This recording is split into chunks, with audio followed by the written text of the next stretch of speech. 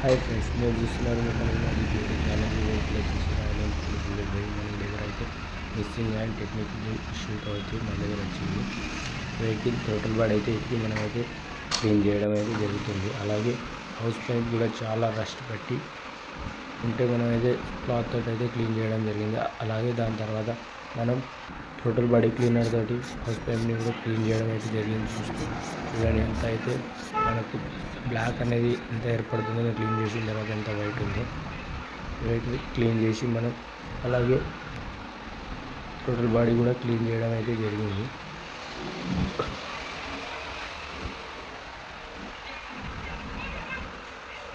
చూడండి friends, total body ఎంత నీట్గా అయితే మనం క్లీన్ చేయడం జరిగింది.